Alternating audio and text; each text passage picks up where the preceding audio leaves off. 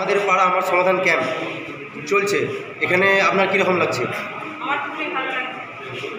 আচ্ছা, এই যে দুয়ারে সরকারের মাধ্যমে আমাদের যে দিদি যে প্রকল্প চালু করেছে, যে এত মানে জনগণের কাছে চলে এসছে পুরো একদম সরকার, এতে কীরকম মানে উপকৃত হচ্ছেন?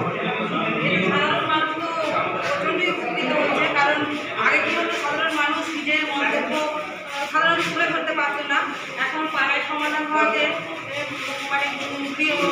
গৃহবধূরাও এসে তাদের মন্তব্য তুলে ধরতে পারছে, বা পাড়ায় সমস্ত কিছু যেগুলো অসুবিধা আছে টিউবওয়েল বা রাস্তাঘাট সম্বন্ধে, তারাও তাদের সমাধানটাকে সমস্যাকে জানাতে পারছেন। এটার জন্যই আমাদের সকলের খুবই ভালো লাগছে এই কথা।